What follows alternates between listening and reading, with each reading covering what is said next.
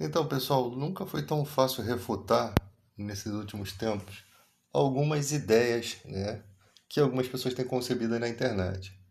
Tem um cara dizendo que os seres humanos pecaram antes, né, da criação do mundo e, como castigo, foram mandados aqui para a Terra. Para isso, se isso fosse verdade, Satanás não, Satanás sendo o pai da mentira, nós teríamos que ser avô dele, né? Porque ele é o homicida desde o princípio. Né? Isso está nas escrituras. Ele é o que dá a paternidade à mentira. E algumas coisas que às vezes as pessoas não entendem nos textos primeiro, quando Eva está ali conversando com uma serpente, depois você vai ver lá a punição. Aparentemente tem uma punição para aquela serpente, que ela se arrastaria, né? Que a mulher feriria ali a cabeça e ela feriria o calcanhar. Primeira observação. Os animais foram criados primeiro. Então as serpentes que já existiam, elas já rastejavam. Tá? Então os animais já tinham sido criados. E quando a maldição vem sobre essa serpente, está falando sobre essa serpente e não todas as outras. Porque algumas pessoas têm a impressão de que todas as serpentes rastejam porque Deus as amaldiçoou. Não, elas já existiam. A maldição ali no texto é tão simples de entender. Eu não sei por que fazem tanto rodeio, cara. É surreal a dificuldade que as pessoas têm de entender que aquilo era uma palavra profética em relação ao que o ministério de Satanás iria fazer ao perseguir Maria, né? Que estava para dar à luz ao Filho de Deus lá. E isso aconteceu na perseguição de Herodes, quando Herodes começa a perseguir as crianças e crianças foram mortas, simplesmente porque os magos deram uma informação a Herodes de que o Filho de Deus iria ao mundo. Então ele tentou acabar com a vida das crianças da idade próxima de Jesus, né? E parece que João Batista escapa, porque o lugar que João Batista mora é um meio deserto, né? É um lugar mais longe das cidades principais, e ele já era um pouquinho mais velho que Jesus. Talvez não tenha pego a faixa etária.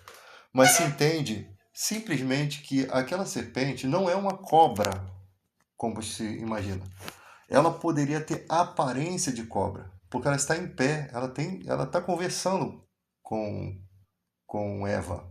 Eva ele chama de serpente porque a forma teofânica, né, a teofania em qual Satanás se manifestou para falar com Eva, a forma corpórea que ele tomou, possivelmente tinha uma aparência de serpente. Tá?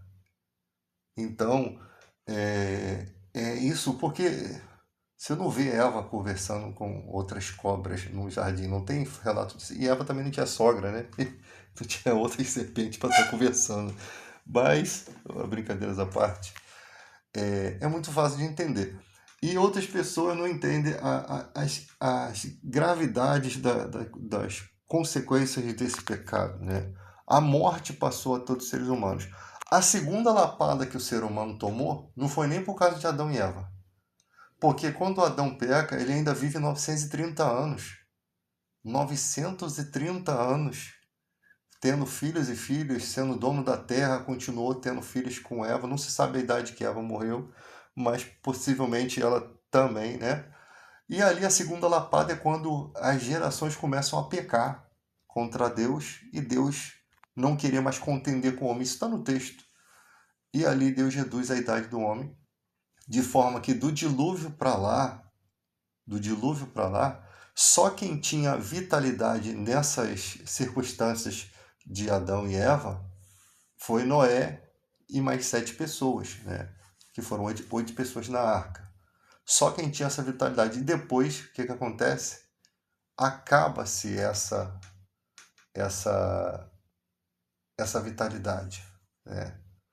Os homens, o número dos dias dos homens são 120 anos. Né? Então acaba essa vitalidade.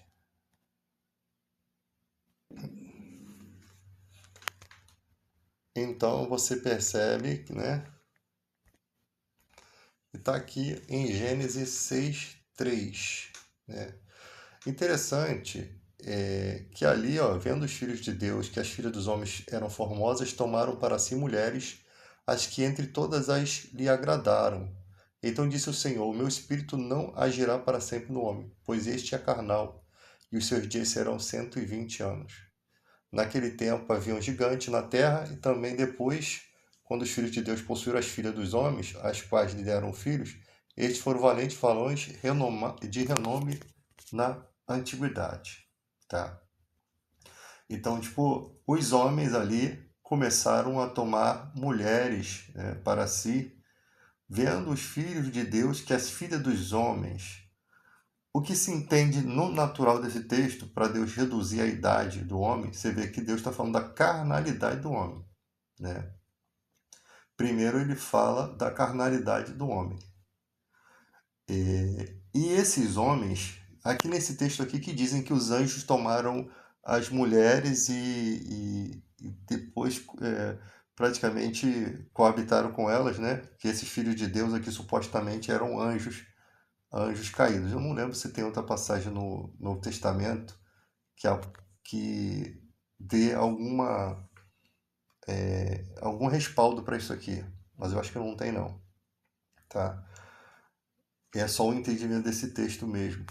Então, o que acontece? Nós primeiro não sabemos como que Caim arrumou sua esposa. Ele vai ser expulso, vai sair daquelas terras, né? Depois que matou Abel. Não se sabe como ele arrumou sua esposa. O que se sabe é que se Adão viveu 930 anos, Caim possivelmente viveu também muitos anos, tá? E ele ainda era selado para que ninguém matasse ele.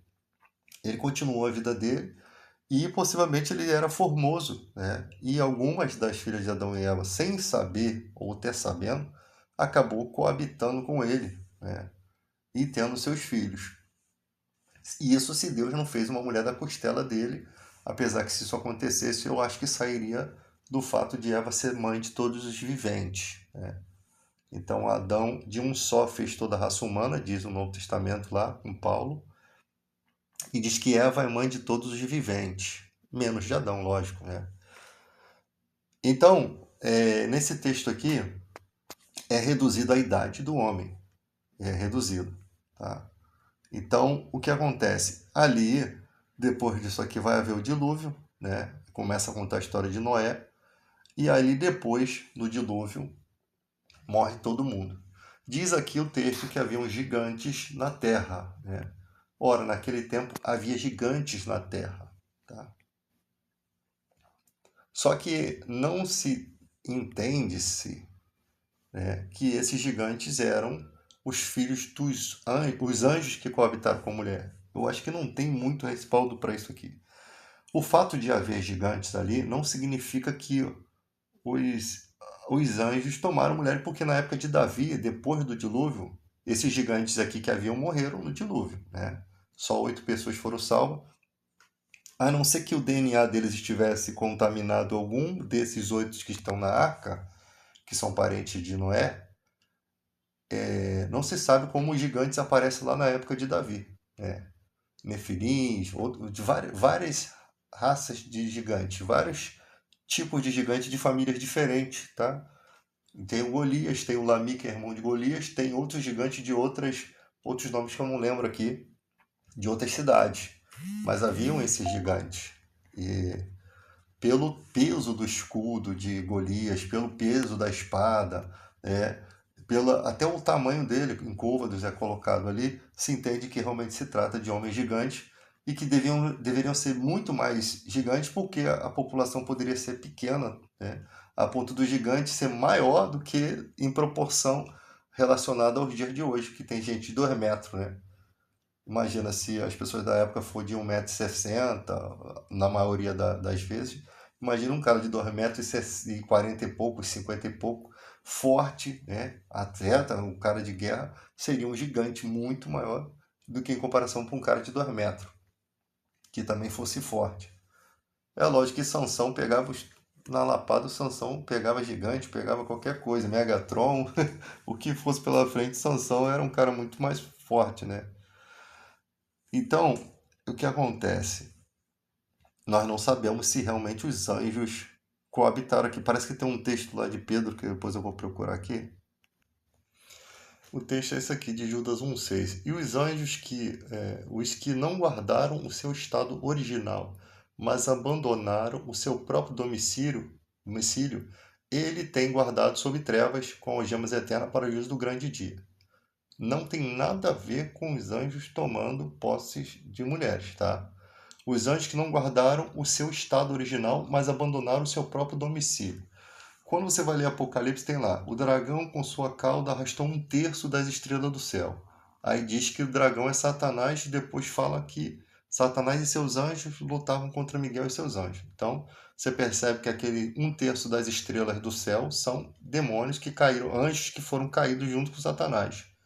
Que, pelos textos bíblicos, segundo a profecia, ele era um ser que andava entre pedras afogueadas, né?